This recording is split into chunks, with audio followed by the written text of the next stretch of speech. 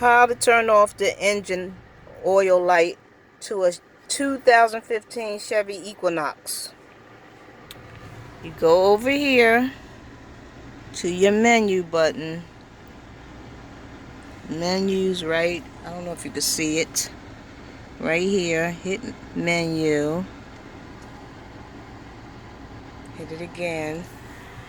And when you hit the menu, it will change to remaining oil life. So go over here to your up arrow, down arrows,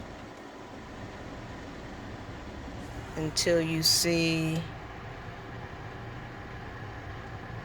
let's see, right here, you'll see that, and then you hit the set button, set/clear.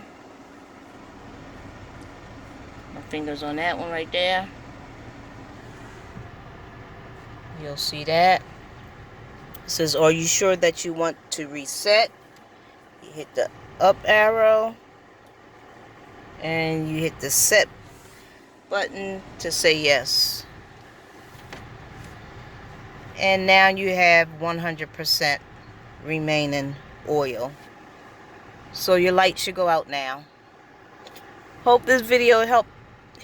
Please subscribe, like, and share if it did help. And leave a comment down below. Thank you. Bye.